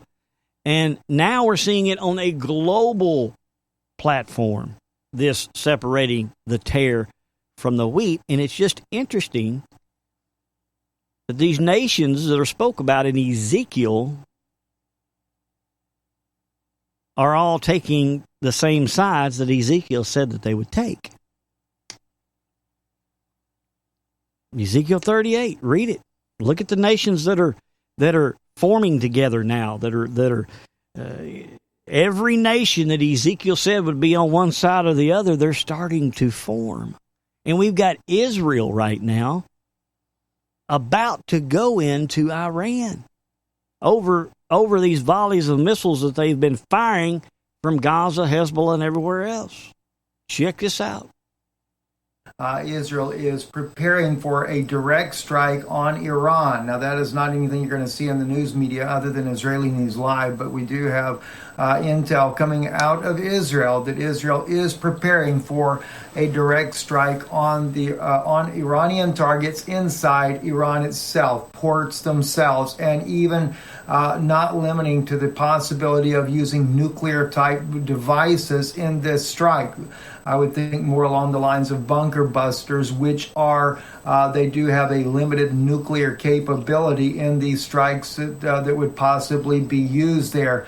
Those of you that have already been following the news, we've had several reports coming out over the last few days here where Israel has been striking, according to one release, their Iranian assets in Iraq, but they've also struck inside of Lebanon, Iraq, Syria, Gaza, Yemen, etc. All these different locations have been struck, and Israel is continually to reach out further and further to strike Iranian targets all across the Middle East there. There was a report earlier today, I say earlier today, only within the last hour, where both President Erdogan of Turkey and President Putin of Russia have come out and are talking about how that the situation could escalate, and instead of bringing peace to Syria, this could cause Syria to plummet even into a darker war that has already been going on for the past 8 years. And, of course, Erdogan, no saint himself, and it kind of makes me almost laugh when I look at this, because Putin is certainly 100% behind Israel. Putin has allowed unfeathered attacks by Israel throughout the Syrian region there. And then, of course, you have to realize the United States is also permitting Israel to strike inside of Iraq as well. You know, I can understand when Israel first reached out to Russia to have a buffer zone between Israel and Iranian assets anywhere within a 50-mile kilometer of the Syrian border. That was realistic. That made more sense. That Israel wanted this type of a buffer zone for the protection of the Israeli people, worrying and concerned that Iran could attack Israel. But now it seems to have gone completely overboard, as we see in article after article, about the attacks that are going on. Also attacks in Lebanon and Syria, Iraq, added to the mounting tensions. This here is on Democracy Now!, mounting tensions in the Middle East. This was, of course, an attack that happened in Lebanon just the other day as well. And Of course, now Hezbollah's Secretary General Hassan Nasrallah also warning that if Israel strikes Lebanon, that the Hezbollah military will attack from every direction. Okay, so notice how he said in here that Russia is on the side of Israel right now. But wait a minute, Greg. You said that Ezekiel 38 that Russia is going to be against Israel and they're going to come down from the north to attack Israel. Yeah. But right now, Russia is riding the fence. Israel is looking as though they're ready to go into Iran. Now, if they do, Iran has threatened to fire a nuke off to our east coast and drag us in it, but Trump's got the destroyers over there off the coast of Iran ready to go to work if Iran does do something like that. So, okay, so what about Russia? If Russia is helping Israel, or at least aiding Israel to let them go in and do what they need to do in Syria, well, then how is Russia, the king of the north, going to come down to invade Israel? Well, something is going to happen that's going to turn the whole world against Israel. I don't know what that's going to be. But don't forget that Erdogan of Turkey, Putin of Russia, and Rouhani of Iran, those three are allied. They have signed a treaty. We talked about on the show a while back. They are in alliance. They are one with the other. So, yeah, right now, Russia is helping Israel do what they need to do. What's Russia going to do, and how is Russia going to view Israel if Israel goes into Iran and starts tap dancing, and let's just say breaks the bow of Elam, destroys all of their nuclear facilities by bombing them? Well, then Israel has attacked Russia's ally. And then Russia, Iran, and Turkey are going to all hook up. And what does Ezekiel 38 say? Let's go back and let's read it. I'll break it down for you in layman's terms. Here are the nations that are involved. Prophesy against Magog, Russia, the chief of Meshech and Tubal, Turkey. Prophesy against him and say that this is what the sovereign Lord says. I am against you, O Gog, chief prince of Meshech and Tubal. That's Russia and Turkey. I will turn you around and put hooks in your jaws and bring you out with the whole army, your horses, your horsemen, fully armed, and the great horde with large and small shields, all of them, brandishing swords. Persia, which today is Iran, Persia, Cush, and Put. Cush and Put are becoming with Persia. Now, who is Cush and Put? Today, Cush and Put is Lebanon and Sudan. And what did Putin say just mere months ago, when all this junk was going on in those regions over there? Putin said, y'all better figure it out, because if you don't, I'm going to come in and figure it out for you, and you're going to become mine. This happened. The ancient areas of Cush and Put, Putin just mere months ago said that he would come in there and take control of it.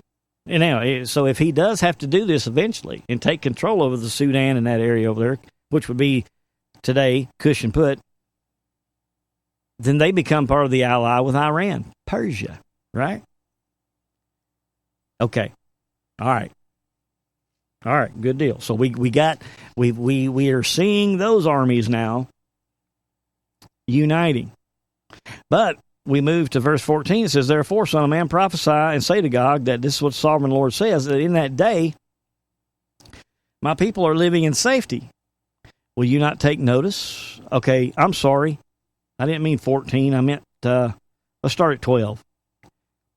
I will plunder and loot and turn my hand against the resettled ruins and the people gathered from the nations, rich in livestock and goods, living at the center of the land.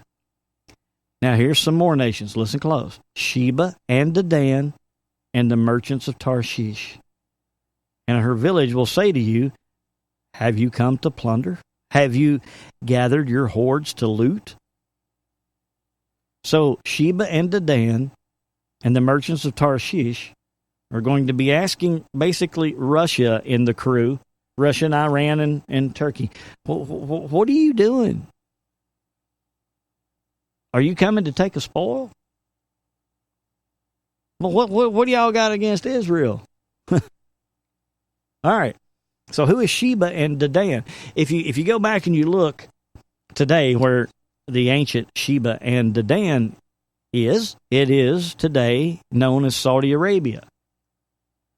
Well, what did Trump just do in Saudi Arabia just right after he was elected? He went over there and ran the CIA control out of Syria, or out of Saudi Arabia, and did a king change, and the new king there now has done arrested all of the princes and the corrupt princes over there, and has now executed some and got some in prison. So now Saudi Arabia is somewhat allied with the United States now.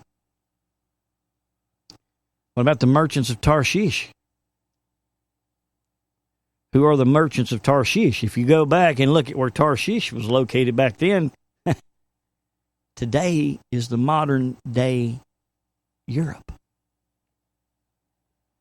Great Britain, who right now the Queen has suspended Parliament and is pulling out of the EU and is now siding with the United States, siding with the people over in England.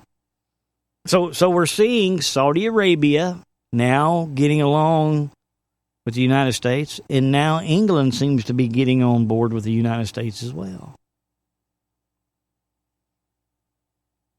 Now, I'm not saying that tomorrow the Armageddon battle is going to break out. I'm not saying that at all. But what I'm saying is this G7 summit was a powerful summit, people. A lot happened biblically. Now, what this is going to mean for us financially and the Comey D-class, I don't know and don't really care, because God is on the throne. God is the one moving this forward. We have got a peace deal to be brokered soon in the near future. We have a hurricane headed to Mar-a-Lago. We're going to have to see what it does to Mar-a-Lago. That's going to tell us a lot. If Mar-a-Lago is spared, maybe what's in this peace deal is not too bad. But if Mar-a-Lago gets totally annihilated, then we better start paying attention to the peace deal. But I want to get back to the Euphrates River drying up. Because when this battle happens, okay, all of these nations that we just shared, and we're showing how they're now taking sides with the very nations are teaming up in their corner, just like Ezekiel prophesied. Right now we have Russia teetering right now, but we're going to have to see what Israel does to Iran and what happens, what Russia does over that. But my point is we're seeing the very nations now team up. Things are happening. Israel's about to go into Iran. In the meantime, China is about to lose its grip. And it's about to do something ungodly that this society hasn't ever seen before. Now, China's not doing anything different than they've done in their years past, but, you know, to this millennial scared of your own shadow society, when China does what China does in Hong Kong, it's going to freak out a lot of people, man. But my point is, we're seeing China now trying to grab hold. And there's going to be a 200 million man army from the east that's going to invade Israel, and they're going to walk across the dry riverbed of the Euphrates, and the Euphrates River is drying up at such an astounding rate, NASA's freaking out and putting articles out about it.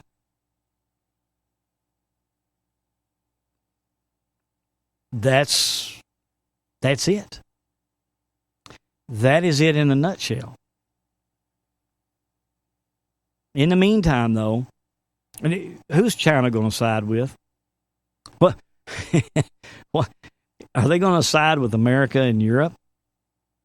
I mean, America and Europe's pulling out of the globalist system. They're not going to side with us. They're going to side with those who are still in the globalist system. All right? So think of all the Eastern Asian countries. We've got North Korea, China, even Iran, anything east of Israel, okay? Anything east of Israel will be the kings of the East, okay? 200 million man army. What nation over there could fulfill a 200 million man army? I don't know if China by itself has that many, but you add in North Korea and all these, Iran and all these other nations, you could probably build up to a 200 million man army that one day is going to come into Israel in the Euphrates River right now. NASA's freaking out because it's drying up at an exponential rate. And in the meantime, as this spiritual wickedness progresses, this week, witches from around the world, they plot a mass spell against Trump. Now, who comes to kill, steal, and destroy? The devil. And they're out to put a spell on President Trump. I got a spell on you. Witches around the world are expected to cast a mass spell at the stroke of midnight last night to bind Donald Trump and all those who abet him. As Christian groups are urging prayer to combat this, the declaration of spiritual war has begun. The spell is to be performed on every waning crescent moon until Trump is removed from office. And according to a Facebook page dedicated to the paranormal stunt, which involves setting ablaze an unflattering picture of the 45th president, people are performing the ritual will need the snap of Trump, a tower tarot card, and a tiny sub of an orange candle, and a pin of a small nail, and matches or lighter are among them. Now, according to these instructions, which have circulated across the internet, Donald Trump is to be inscribed on the candle with the nail or pin, and practitioners are to recite the 23rd Psalm.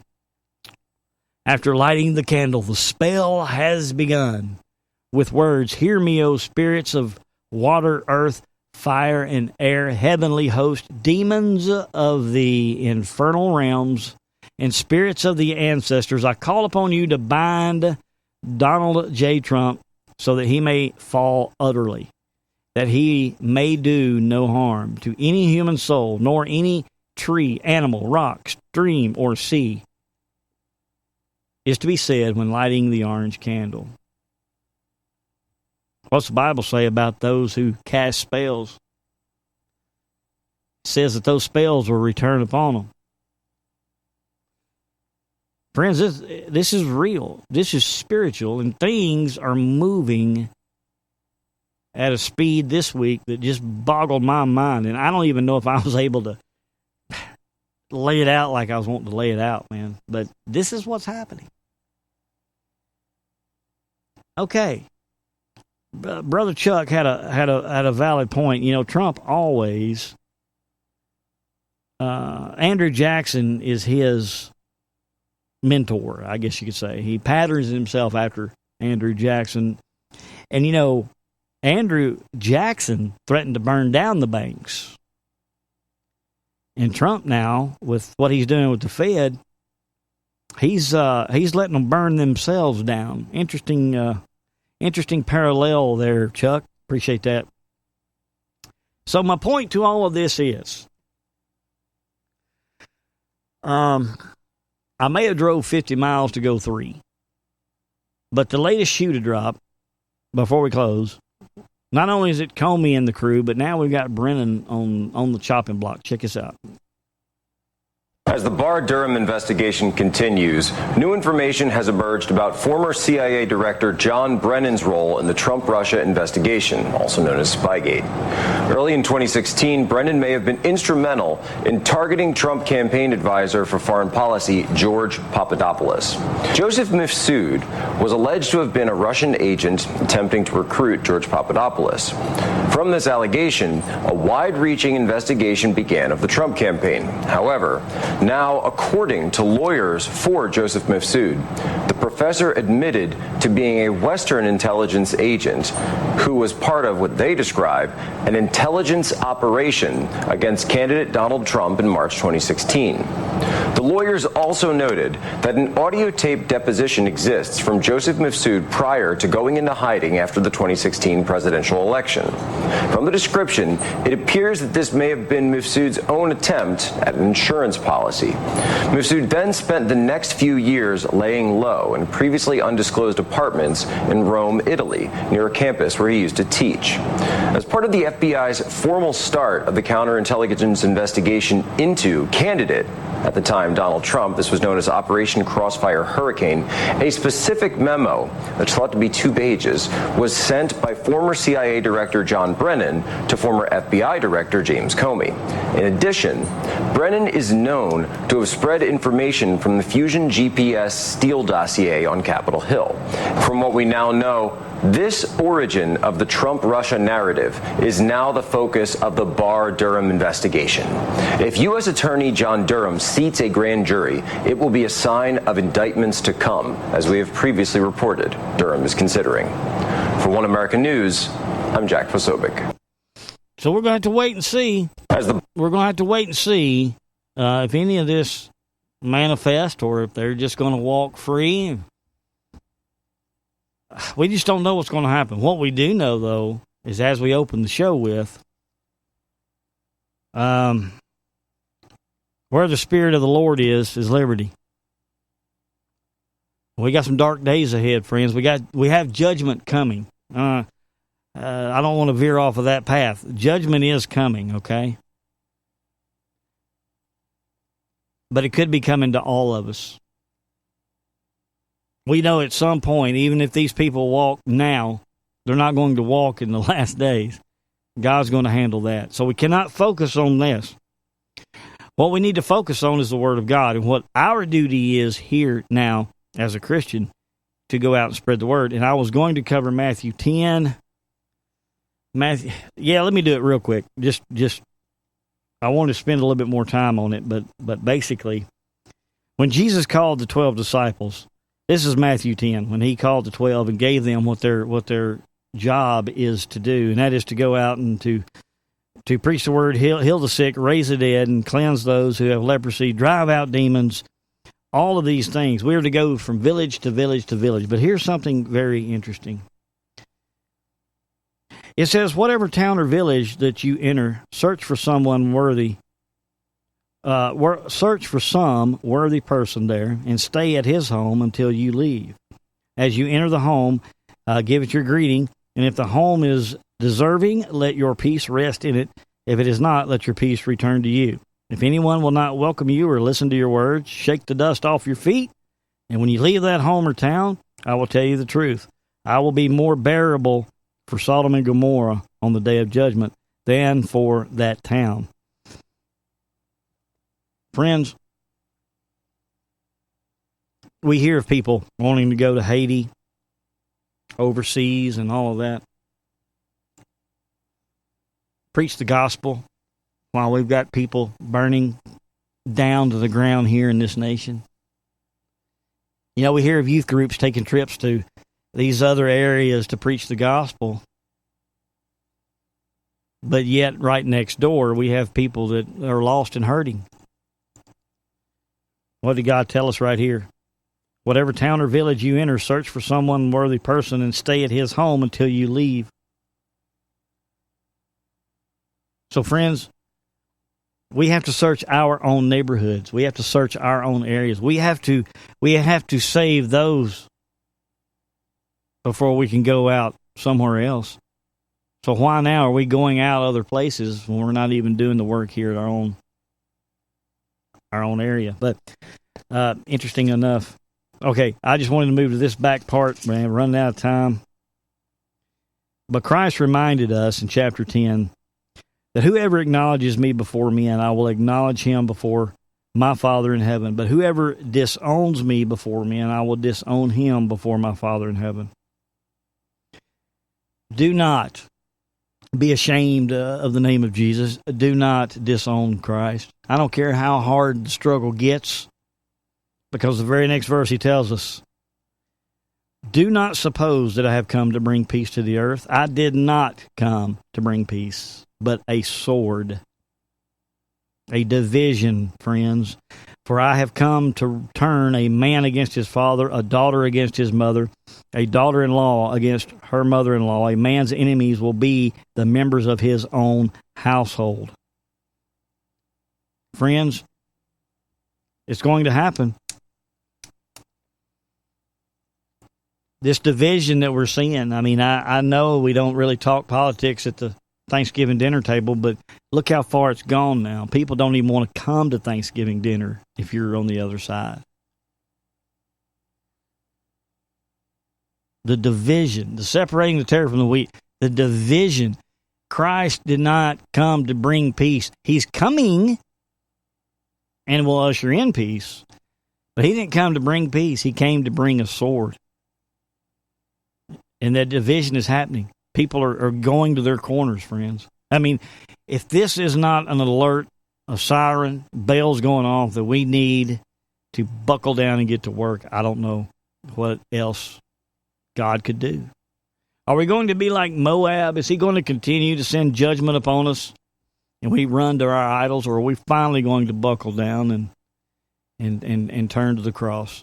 The decision is yours, friends. You need to repent and give your life back to Jesus Christ. I'm telling you, the door to the ark slamming shut. Christ is at the door. I mean, we have a hurricane 5 days out, and people are going to the store already getting prepared. We have Christ at the door, man. He's closer than any hurricane. And we're running to our idols. I'm telling you, man, better buckle up. You better turn to the cross, repent, give your life back to Jesus Christ. He's coming. And it's going to be a great and terrible day of the Lord, friends. Great and terrible day. Thank you for joining me tonight, friends. I hope I didn't string this out too long. I really didn't know how to lay it out in layman's terms to make it fit. Hopefully I did. Until next time, Lord willing, the creeks don't rise. We'll catch you later. I am Old Smokehouse. Bye-bye. Smokehouse. To talk to Smokehouse, dial 712-770-3857. That number once again is 712-770-3857. Then dial 252-380, followed by the pound sign. Call in to join the show. SmokehouseStudios.net. God is among us. The door to the ark is slamming shut.